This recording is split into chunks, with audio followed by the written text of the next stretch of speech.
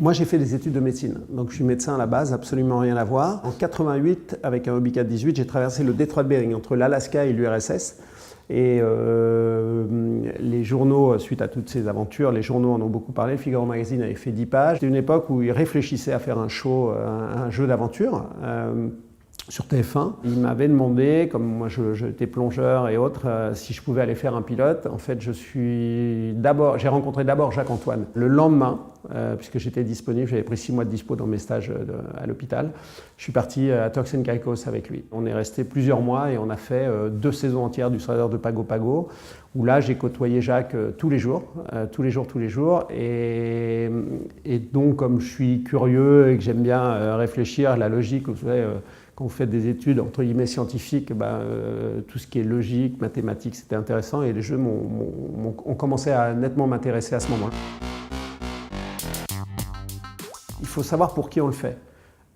On fait ça pour le public, donc il faut savoir comment le public fonctionne. Il faut, avoir une grande capacité de rêver et d'avoir envie de faire rêver les autres. Ça, c'est très important. Et puis, je pense qu'il faut une vraie logique, parce qu'une mécanique de jeu, c'est-à-dire que faire un jeu, c'est pas juste avoir une belle idée, c'est créer une mécanique de jeu pour y apporter de la dramaturgie, de la joie. Je pense qu'il faut que les jeux permettent d'évoquer dans le cerveau du téléspectateur toutes les sensations de joie, de bien-être, de tension. Rien n'est jamais gagné. C'est ça qui était intéressant, moi, que j'ai retenu souvent avec Jacques, c'est que à la dernière épreuve, on peut encore tout perdre. En fait, je pense beaucoup à plein de trucs, même pour les autres choses que je fais, sans rien écrire. Et puis, à un moment, quand je fais du vélo ou à cheval, ça me vient, je me pose, je rentre, je prends mon carnet et j'écris dans ma langue.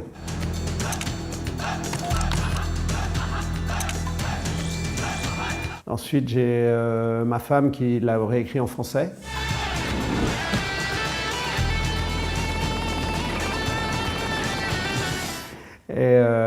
Et j'ai cet ami d'enfance, on se connaît depuis la 5e, qui je pense, sait ce que j'ai dans mon cerveau et qui fait les dessins et les planches et c'est prêt.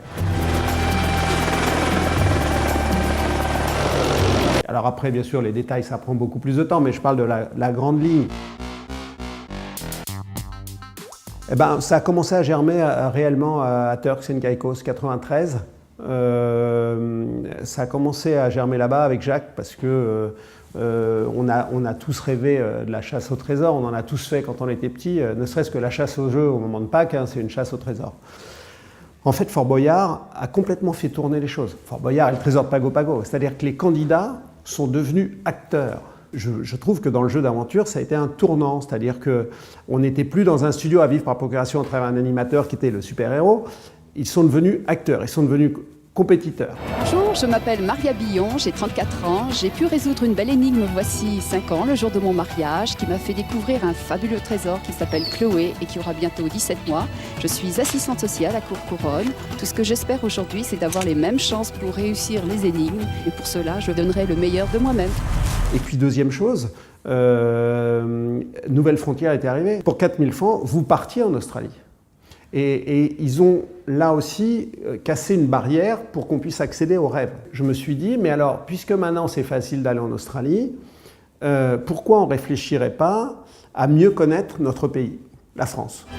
Nous passons ensuite par un lieu magnifique, le village de Conques, étape sur le chemin de Saint-Jacques-de-Compostelle, avec l'histoire de ses pèlerinages et de ses reliques. Il faudrait écrire une grande chasse au trésor en France, avec des énigmes culturelles, environnementales qui nous fassent avancer, dans lequel les candidats sont acteurs. C'est pour la carte au trésor. Je cherche les bassins de recherche. En fait, je dois rejoindre la galerie aux explosifs. Vous connaissez la galerie aux explosifs? Oui. De quel côté je peux y aller? Et vous prenez le camion là. Oui. Et vous y amènera là-bas. Ok, d'accord. C'est gentil, merci. Nous allons monter dans le camion. Merci. Quand on dit chasse au trésor, c'est toujours une carte. Il y a toujours une carte. J'ai commencé à imaginer une carte coupée en 3, avec des énigmes, avec une rose des vents. Là, on retrouve mon côté navigateur parce que c'était indispensable. Et puis, j'allais voir Jacques en disant « Tiens Jacques, tu vois, moi j'ai fait ça, ça pourrait s'appeler plutôt la carte au trésor parce que ce serait une carte, etc. » Et Jacques était un type toujours très positif. Voilà, ils nous encourageaient. Mais ouais, t'as pensé à ça, t'as pensé à ça. Bon, voilà, pour moi, c'était un monsieur d'exception. Quand je dis extraordinaire, ouais, c'est extraordinaire. La carte au trésor, c'est vraiment ancré sur... Moi, je suis né, j'ai grandi à la campagne. C'est vraiment ancré sur le patrimoine culturel naturel de la France. Et d'ailleurs, un des grands succès, c'est que les gens avaient envie de voir leur prochaine destination de vacances en France ou bien leur territoire, leur culture. Nous voilà donc maintenant à l'intérieur de ce vieux moulin, le seul de la région, et dont l'heureux propriétaire est Monsieur Couder. Bonjour monsieur. On voit la France et les gens, ils attendaient de voir l'hélico bleu, l'hélico blanc, l'hélico rouge arriver dans leur département.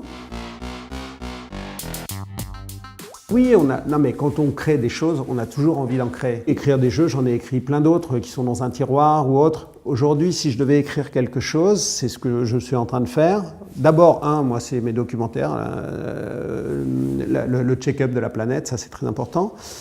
Et comment écrire un grand jeu pour lever de l'argent en faveur de la nature. Ça, c'est plus intéressant, à travers une grande fondation. Je pense qu'il faut, si on parle de la nature, on ne mélange pas ça avec un jeu parce que ça a une connotation business, etc. Ou alors on trouve un grand jeu où on peut lever de l'argent pour aller sauvegarder les lions, les machins. Ouais, ça c'est intéressant. Et je suis plus là-dessus en ce moment.